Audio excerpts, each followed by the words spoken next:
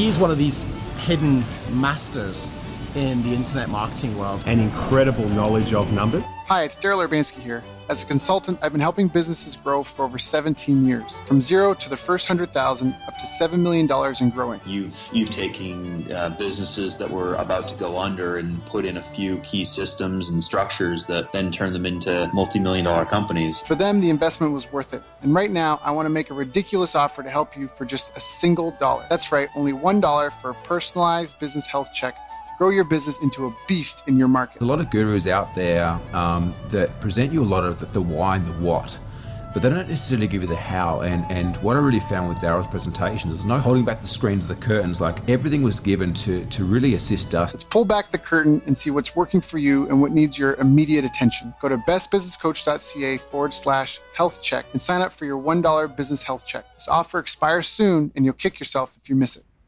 Hello, everyone. Thank you for joining us. My name is Daryl Urbanski, your host as always. And today we are joined by Charlotte Mizuki. After dropping 20 kilograms, she became inspired to become a fitness coach and set up LifeSparks Studio in 2012. LifeSparks Studio helps women improve their lifestyles and successfully navigate their weight loss journey. After 6 years of running a fitness business, she is now a fitness business mentor for many aspiring fitness instructors, personal trainers, and studio owners. She shows them how to use online marketing to grow their offline businesses. Teaching through demonstration, she created TempoFiit, a Singapore fitness brand, which she is spreading to 7 countries in the next 2 years using what she teaches to her clients. I've asked her to join us here today so we can all improve our online marketing skills a little more. Charlotte, thank you so much for joining us. How are you doing? Hi, I'm great. Thank you for having me. I know it took for the listeners. Usually when we set up an appointment with someone to do a call, it runs seamlessly. But poor Charlotte, she's been such a good sport. She had some trials and errors and even a no-show where I wasn't here and she was. So we're finally getting this done. Whoop, whoop. All right. Just goes to show that determination really does pay off. So now, Charlotte, before we get into this, I know you and I know a bit about your background, but how did you get started in business? Like, do you come from an entrepreneurial family?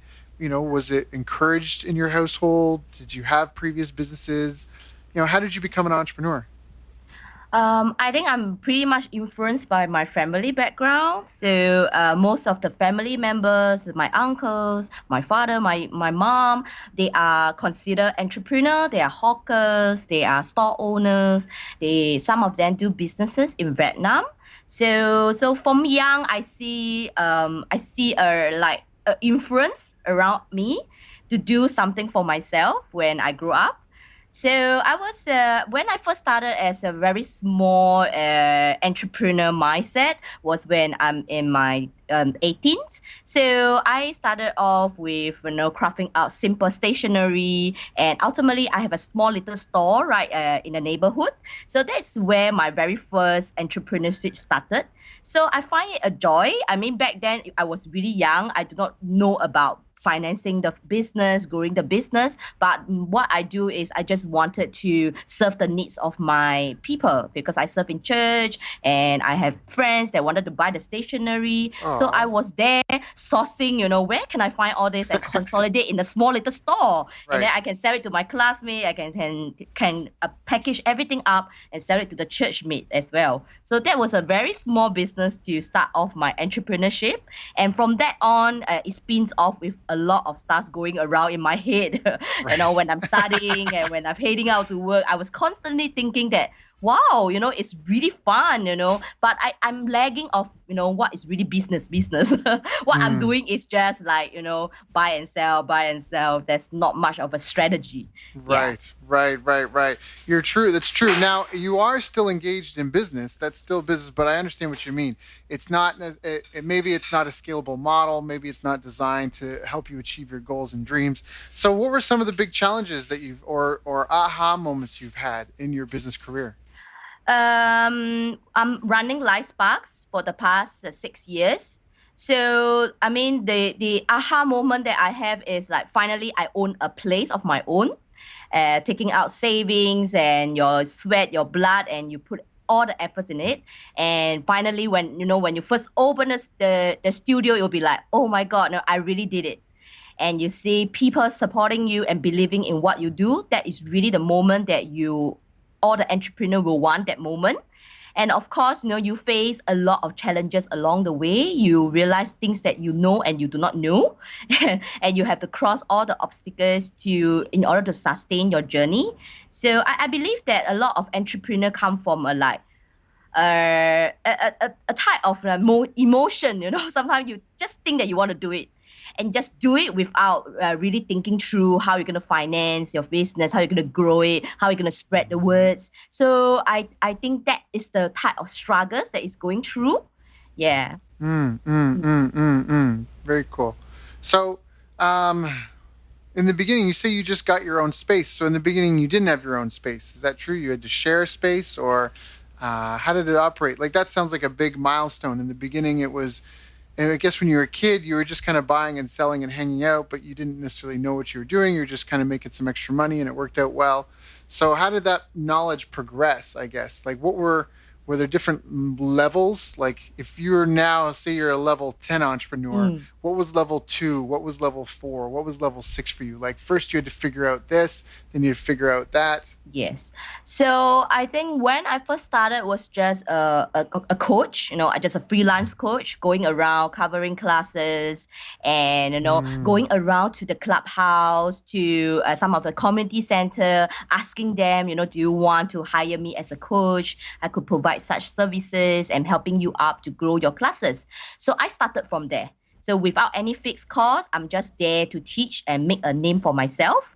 So I think that step is the most important piece of your business. You have to craft out a branding for your own, because you are the main person that people actually look upon to. You are the founder, you are the business owner. So my step number 1 was to get myself out there, gain the skills and experience to know how to run the class, how to grow certain programs for people.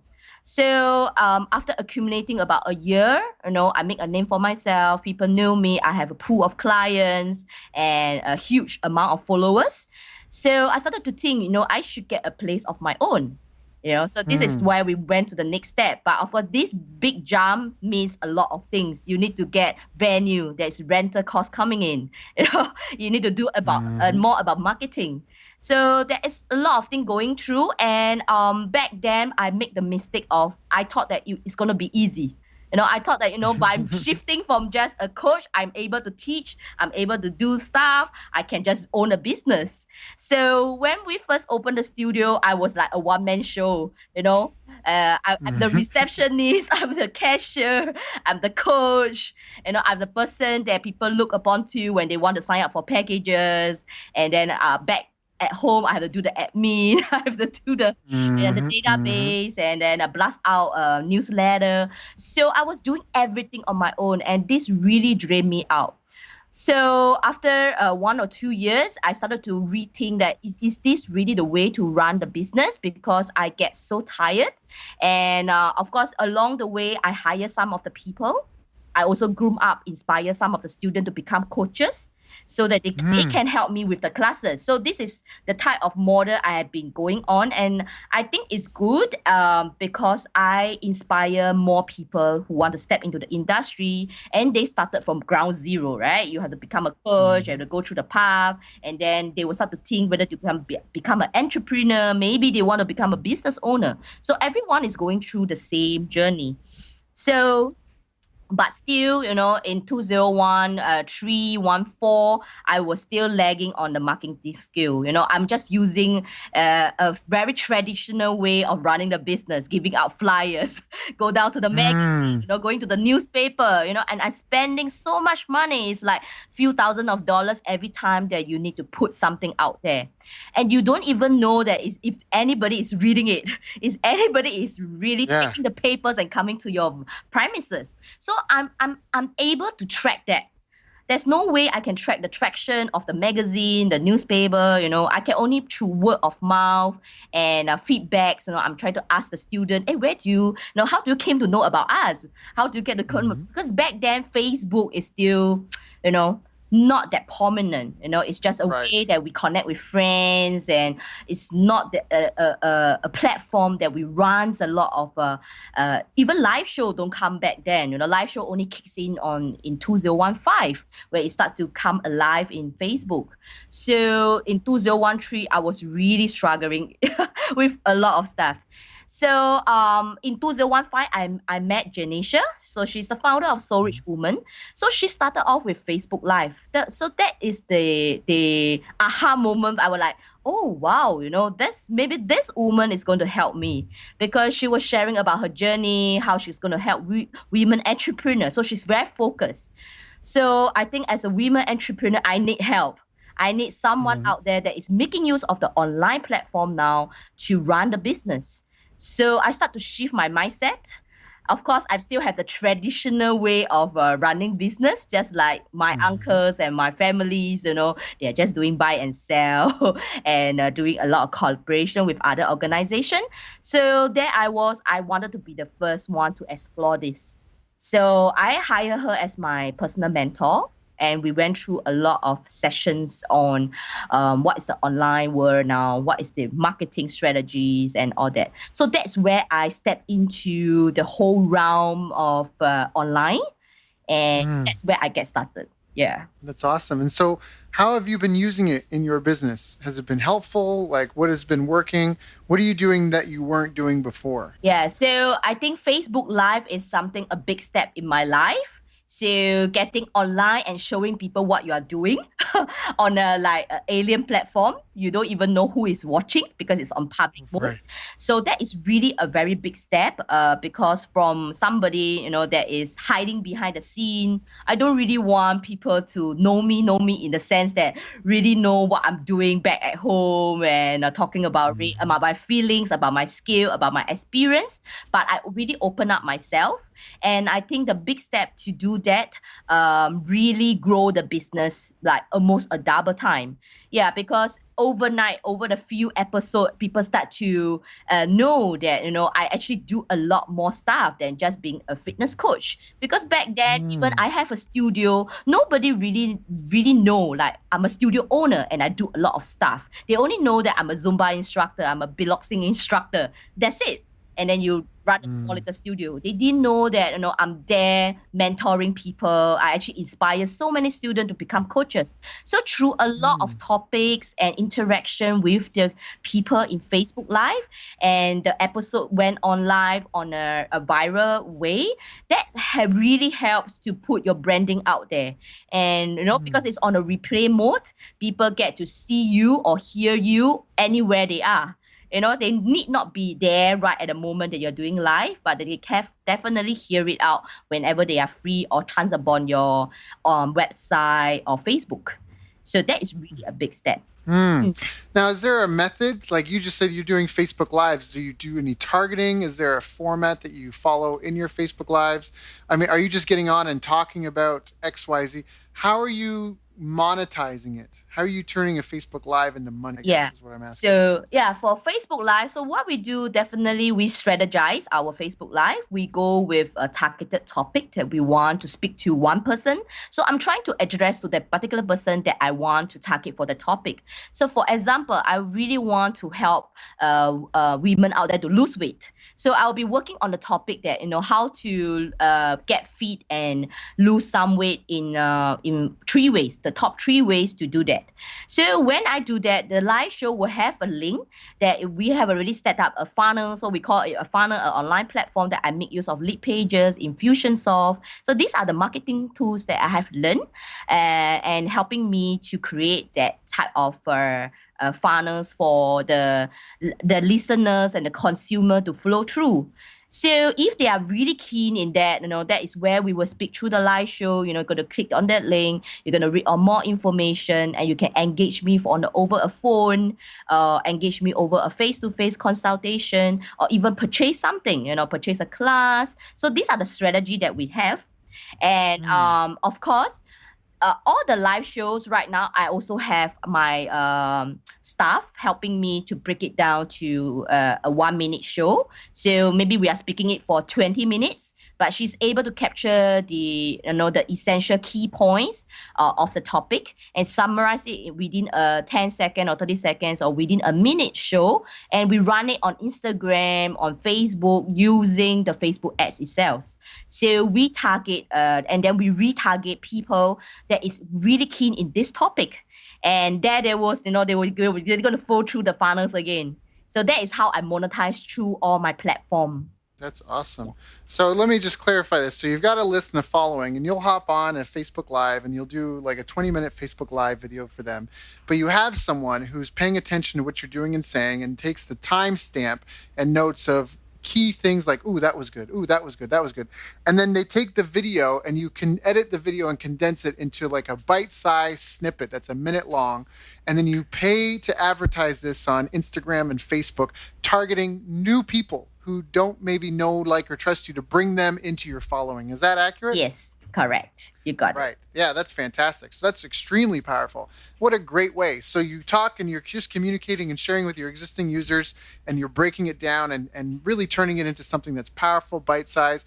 Now, when you share the Facebook ads, are you driving the traffic to like you on social media, or you're driving it to your web page to buy something? Is it just depend? What's kind of your what's your standard kind of process? Yeah.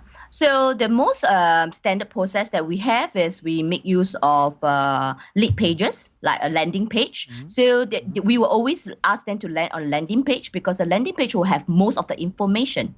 So from the landing page, they can either click to buy, click to schedule appointment, or driving them through my website again to book classes. So because the booking system only happens in the website. So these are the few options that we have designed our landing page. So, and that is really powerful because I can see clicks almost every day, every second, and people, because there is different type of episode and topics going around. So it really depends. No, that's fine. I think that's fantastic. That's great. So, okay, love that. So now that you've used that, and you said that's grown your business almost overnight, does most of your traffic come through paid or social? What are some of the best performing traffic activities for you in growing your business? Best performing traffics, do you mean a certain ads or? Well, yeah, like, so do you track, because you said that you're spending money on ads, so are you tracking the ROI? Like, if you spend $100 on ads, do you know that, that $100 turned into $2,000? Are you you're obviously doing a combination of things. You're doing partnerships maybe with other people, you're promoting on social media. I guess I was wondering if you knew which one was working the best. Yeah, I would think that those ads that is using a video ads is really helping me a lot. And of course, one of the best performing one would be the one that we actually capture a small 60 seconds snippet of our live class in the studio. So, and it's really engaging, and people are commenting and clicking. And the thing that I spotted about this particular video ads that is going for almost 2 years now, the per click and impression that I incur for one impression is about $0.01. So, wow. Yeah. So this is really powerful because I keep my ads really low, and and the way that I have zoom in and really narrow down to, I'm just targeting at just one particular group of consumer that is going to be really keen in this activity. So, and that's very powerful. And we are generating, for every 10 clicks, I can see perhaps 2 people that purchase it. And for this particular one, every transaction is about $50 USD. So I pretty think that is really a great ROI over there, Yeah. No, you're paying. That's great. So every 10 clicks turns into a sale. Yeah. And so you basically have a license to print money, and now it's just about scaling it up, which is fantastic. Yes. So do you feel that anything was ever holding you back? Like, now you're in a great position where you're spending a lot of money, and you're in a really powerful, controlled position for your business, where you're able to spend money and make it back. Basically, you're doubling your money down or better. What do you feel? Do you feel that anything held you back on that path? Was there a mental issue you had to work through? Was it just the skills and the know-how? Was it technology? What was one of the bigger obstacles for you? I think the bigger obstacles is still some of the mindset. I have my mentor, Janisha, with me. So, and of course, now we are scaling up. Right now, she's helping me to craft out my own branding online, which is TempoFiit. So this is something that is really different from growing just a studio business or a traditional business. So this is something really different that she wanted me to do. So TempoFiit is something that is not going to just be offline classes. It's going to be online. It's going to be an online academy. And you're going to reach out to people in the online world. So the way that she have mentored me to craft it out, I think there is a lot of mindset that I couldn't break through because I keep wanting to go back to my old way, no, I don't think we can do this, and that is not the usual way that the fitness studio is running. And sometimes it's the mindset that is blocking me. I couldn't believe that the online work could run this way. So I mean, I strongly believe in how the online marketing have been helping me, but at times, I still have my concern. The way that we structure, the way that we words, the way that we market ourselves. So yeah, so this is a thing that I have to cross over. And what was some of the best advice that you think you've gotten so far that's helped you with this challenge? I think the best advice that I've gotten will be to be on top of my business and not be involved in the day-to-day operation of the business. So because over the past few years, I have been really, minding my head down, coaching and doing all the things myself. I'm not on top of the business looking at a strategy, how I'm going to link from the consumer, looking at the ads, going to the funnels, how you're going to retarget them and you're going to service them on top of the business. I was there serving them on the ground. So I think, this is the biggest advice that I have to be on top. And this year, I have tried to do that. I leave myself on from teaching all the classes. I only kept about 2 classes in a week to teach my regulars for their supports and stuff. So, and I can see tremendous growth again in the business because right now is you have one person looking at it and telling people that I need this video to be done. I need this picture to be out. I need this poster to be out. So, and that is a very big difference versus you are doing it yourself. Yeah, right. Because my time is limited. It's like people have been telling me you only have 24 hours in a day, and you want to do so many things at the same time. How are you going to grow this business on a larger scale? You're not going to do that. You're not going to become, you're not going to have 48 hours, So you definitely have to leverage on people that are good at certain things and not do everything yourself. So that is why now delegation is the way.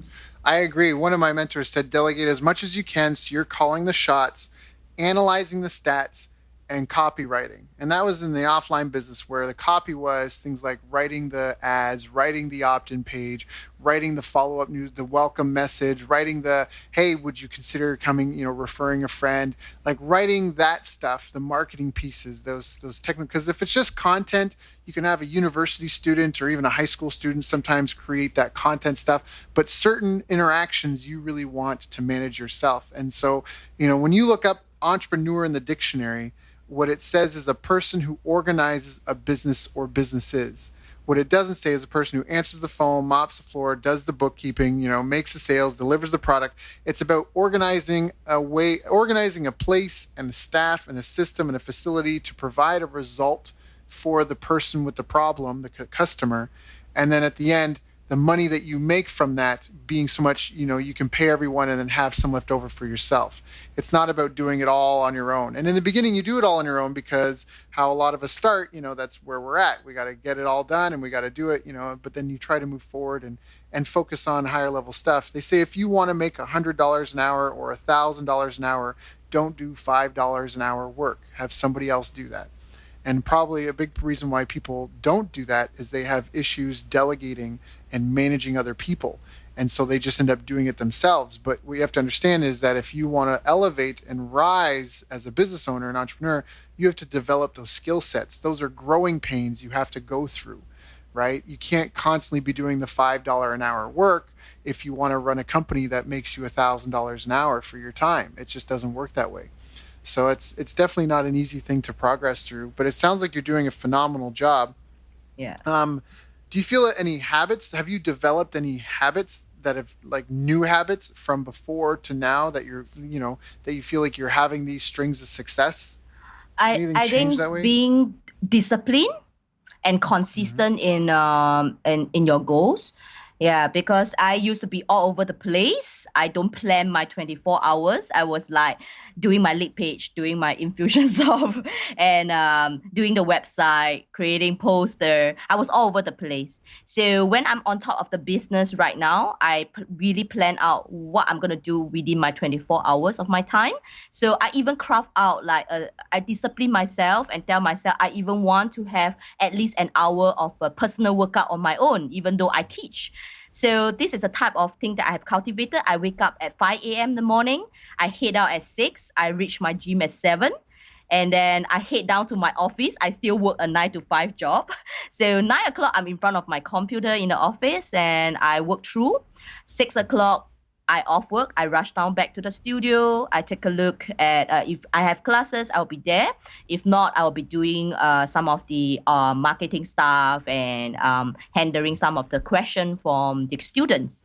So, and I'll be coming back here. I'll be spending time on talking to my mentor. I'll be doing podcast interviews, and I try to make full use of my 24 hours in a meaningful way that is going to drive and be consistent in my goals to grow the business and not doing stuff that doesn't matter. So I think discipline and being consistent is the way to go. And I cultivate this and it's helping me really, really a lot in the past few months. Excellent. So now, what do you recommend to people who are starting out and struggling? I think if you are starting out and you are struggling, look around for a mentor or someone that have been through that, really, listen to them. I think it's really a good way to listen to people who have done that. Even podcasts like your platform, it will be a very, very good way for them to start off with, because sometimes we just have that pops of ideas. We wanted to do that and halfway through we are stuck. Just like myself, I was stuck and I was really, really hoping that someone will be there, telling me that it's going to be okay and this is what you're going to tweak. So, many of the time, I think entrepreneur, we get so emotional. We thought that we're not going to make it. And people who don't know you, they are just your normal friends. They are not entrepreneur. So when people start to be around you and saying that perhaps you should go back to your workplace, you drop the idea, it's not going to work, surround yourself with positive people. So I think if they are struggling, they are wanting a breakthrough, I think talking to someone and listening to some podcasts will really, really help them. To get some knowledge, surround yourself with like-minded people, set some goals, put some pressure on yourself. I think that's a good one too. Yes. Like for you take on more than you can choose. Try to rise up to the obligations. I think sometimes people avoid pressure, they avoid responsibility, they avoid those deadlines, and that prevents them from making any progress. They don't want the stress, but that sometimes is where the growth comes from. So I think that's a really, really, really good point. Yeah. Where do you think the future of your industry is going?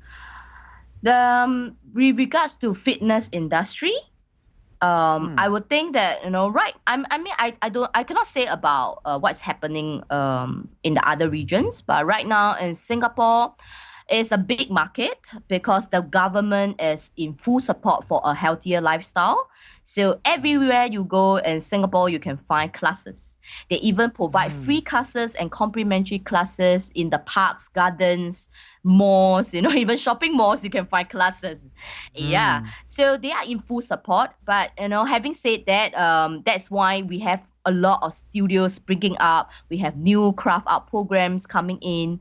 And, but, Singapore is that small. Singapore is that small. And Right. yeah, so if you want to play big, you want to bring your branding out there, we definitely do not want to be confined within Singapore. That's why with the help of Soul Rich Woman, we are targeting around the Asia, Southeast Asia, and going to Asia. So going around to 7 countries: Taiwan, Hong Kong, Malaysia, Indonesia, Philippines. So these are the region that we want to expand on and tap on the market. And yeah, so this is the path that we are targeting. That's awesome. Yeah.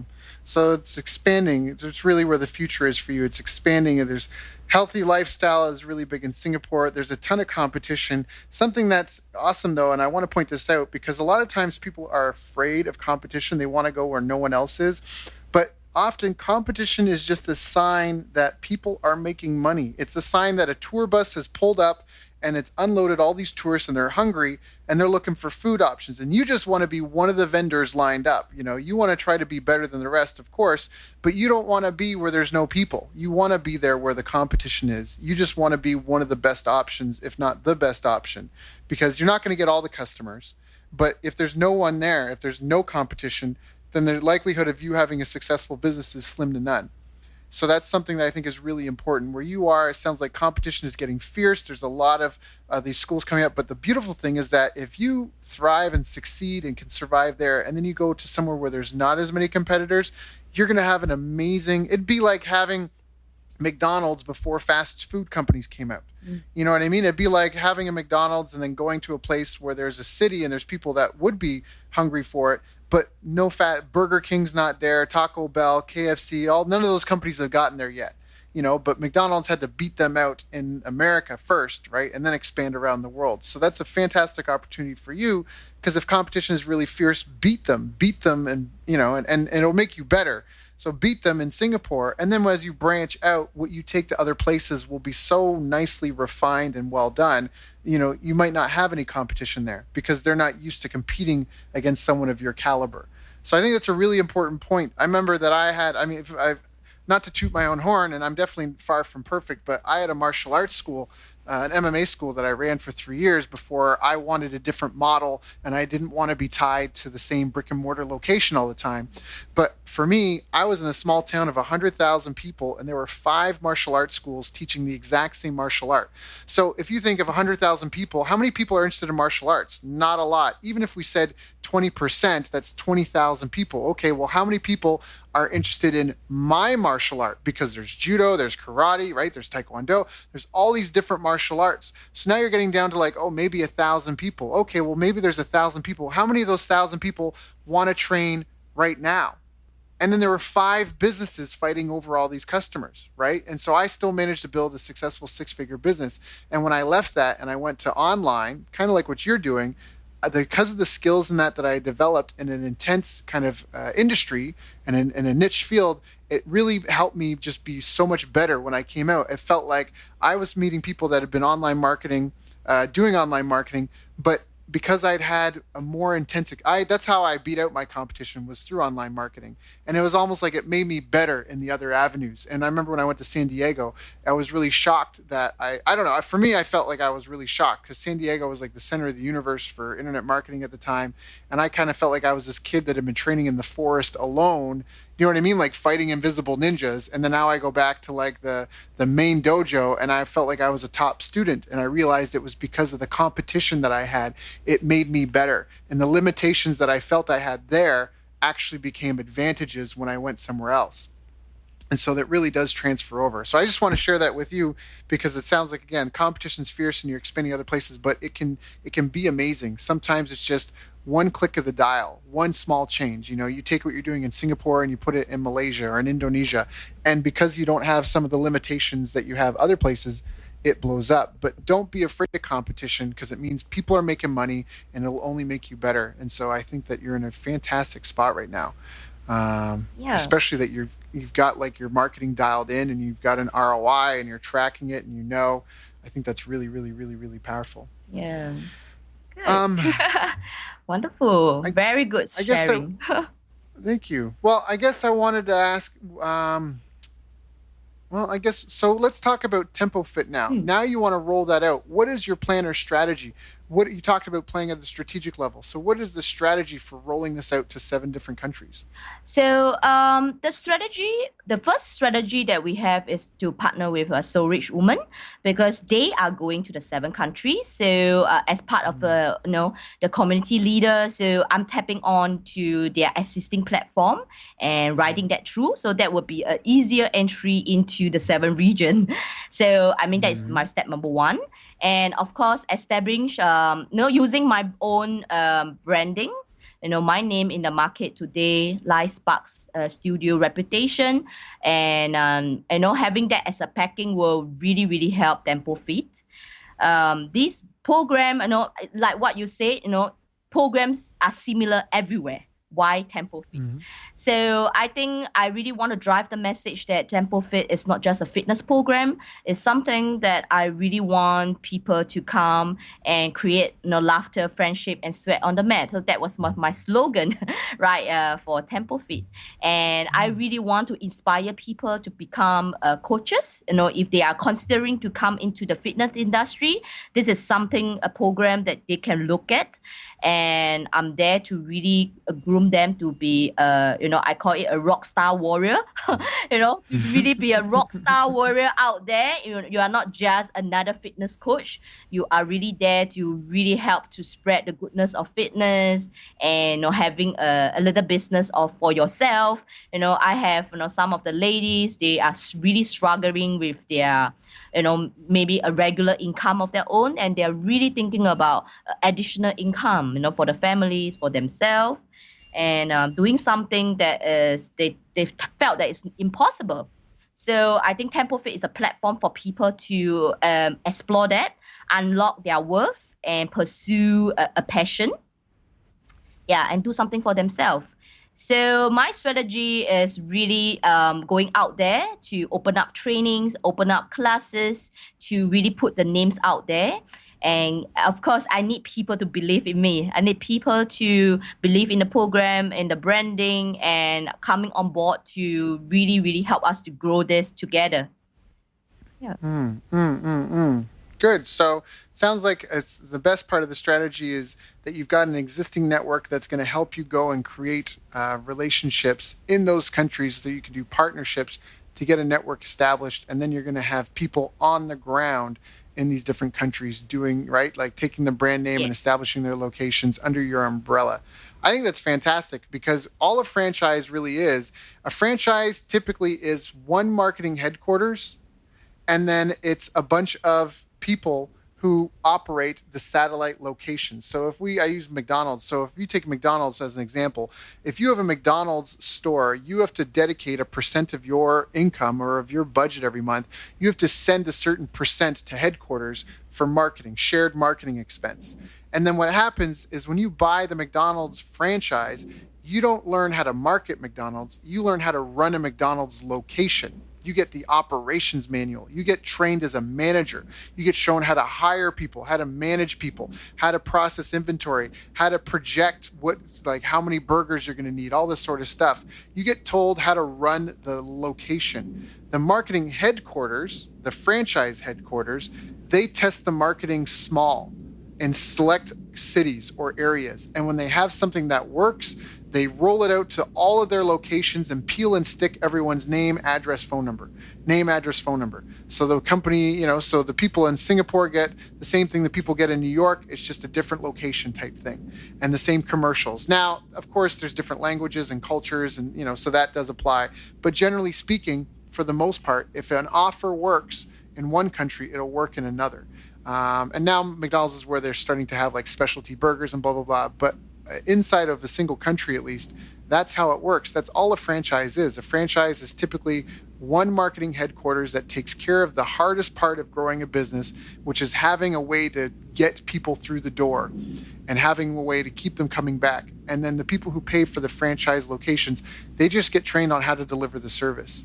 So I think it's a great model. You're figuring out the marketing now. You've got a profitable ROI on your campaign. You know what works. I put this in front of people and I spend this much money and I make this much back. I spend $10, I make $100, or I spend $10 and I make $20. You've got that dialed in, right? You're developing your systems. Now you're going to be using a network to piggyback on, to introduce you in other countries. You're going to have people representing you in those countries. Now what you really need to focus on is quality control, systems and processes, documentation, what they can and cannot do, what they can and cannot do with the logo, what they can and cannot do in the facilities, how to run a class. So that way it's the same. If I do a TempoFiit class in Singapore and I do one in Malaysia, I have the same experience. I'm a big CrossFit fan, and I can go to any CrossFit gym in the world and I know I will have the same experience no matter where I'm at. And that's part of what makes me like it. And so that's the standardization. And then for you, it's just scaling up the marketing, and it's building those partnerships, and it's helping more people. So another point I want to mention before we wrap this call up is a lot of people, they constantly want to do something new. And I'm as guilty of this as anyone else. They want to do something new. But some of the most successful entrepreneurs, they do one thing, but they do it for 1 million people. So they don't have 5 businesses. They don't have 10 businesses. They have one business, but they have 1 million customers. And that's kind of what you're doing. You're like, I have TempoFiit and we're going to be in 7 countries. As opposed to, I've got a dry cleaning business and I've got a taxi service, and, I do nails, and I've got a gym, you know what I mean? Yeah. It's so focused and so specific because there's lots of people that you can help. And so that's it. Figure out your standard service offering, figure out your offer that converts, the marketing that converts, and scale it and go get 1 million customers. So I think that's awesome. I think you've really got I really think that people really have to think of things that is surrounding your existing business and grow that. So because you're tapping on your existing database, right? So it's more worthwhile for you to divert. And good. I agree 1,000%. So Charlotte, was there anything that I didn't ask you about that I should have asked you about? I think pretty much we are there. We are there. Awesome. Okay. Well, thank you so much for coming and sharing your story with us. We should definitely have you back to talk about how progress has been and, how your expansion program is going. I would love to hear more of the results on your online marketing strategy. I think that's kind of cool. And just thank you so much. I know you could be doing other things and that you've got your day scheduled so structured, and I appreciate your patience with me and making this happen. And I appreciate that you made time in your day to share with myself and my followers. Yes. Thank you so much for having me. You've reached the end of our interview. Now, first, let me thank you for listening. I appreciate and respect you more than you'll ever know. And now I'd like to ask you a couple of questions. First, what 3 lessons did you just learn? What 3 aha moments just jumped out at you? Second, what can you implement for yourself and your business in the next 24 hours? Third, what can you give to someone else to help you with, or give to them to just do it for you? Whatever it is, remember, taking action is the secret sauce to results. Now, if you think this interview would be helpful for a friend, please give them a link to it. It'll help them and it'll help me too. I'd also like to invite you to help me find out more about the challenges you're facing, your dreams, your goals, and how I can help you overcome what's holding you back. We both do better when we know better, and your success is my success. So please reach out and interact. You can visit our website, bestbusinesscoach.ca for Canada or California, where I'm from and where I'm living. You're welcome to also try out one of our paid programs. You can find us on YouTube, Facebook, and pretty much every other social media channel you can think of. You should also subscribe to the podcast. And if you're enjoying them, please leave us a nice review. It really helps. That's all for now. Once again, thank you. Take care of yourself, and remember, the world needs the best business you can build. And I believe in you.